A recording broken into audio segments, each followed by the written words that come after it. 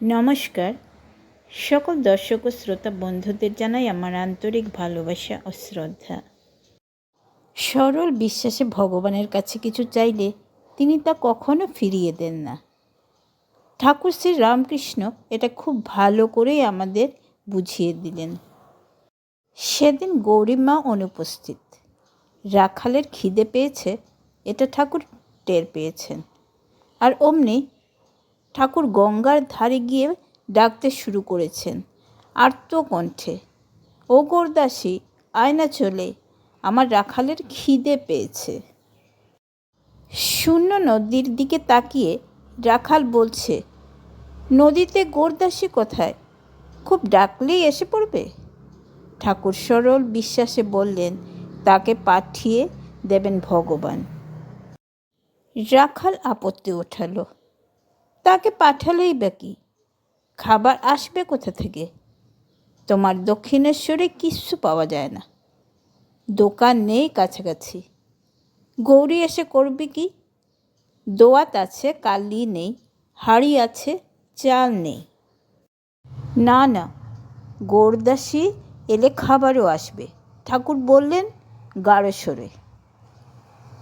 গৌরী আমার খাদ্যের ভাণ্ডার, বলে আবার আর্তনাদ শুরু করলেন, ও গোরদাসী, আমার রাখালের বড় খিদে পেয়েছে, শিগগির আয় খাবার নিয়ে। রাখাল তার স্বরে প্রতিবাদ করছে, ছি ছি, খিদের কথায় এমনি রাষ্ট্র করে নাকি কেউ? লোকে ভাববে কি, বলবে কি? কি বলবে? সরল সহজ খিদে পেয়েছে সত্য কথাটা বলবো না চেঁচিয়ে? তাহলে যে তুই লোকে কি বলবে কি ভাববে বলে ঈশ্বর ক্ষুধাও চেপে রাখবি? ওই দেখ, দূরে একটা নৌকা আসছে, ঠাকুরও বললেন উৎফুল্ল হয়ে, ওটাতে নিশ্চয় আছে গোরদাসী আর সঙ্গে একরাশ খাবার। রাখাল পরিহাস করে উঠলেন। নৌকাটা স্পষ্ট হল ক্রমে, সন্দেহ কি দক্ষিণেশ্বরের ঘাটের দিকেই আসছে। ওই তো বলরাম দাঁড়িয়ে, আর হ্যাঁ, ওকে ওকে ভেতরে বসে। সন্দেহ কি গোরদাসী? আর তুই বলতে চাস গোরদাসী খালি হাতে এসছে? বললেন ঠাকুর। গৌরীমা এক গামলা রসগোল্লা নিয়ে নামলেন। এবার এবার বল, এলো কিনা গোরদাসী? খাবার নিয়ে এলো কিনা?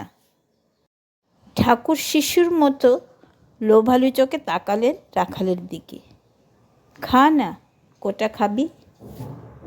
সত্যি, সরল বিশ্বাসে ঠাকুরের কাছে কিছু প্রার্থনা করলে তিনি কখনো তা ফিরিয়ে দেন না। এটাই তার প্রমাণ।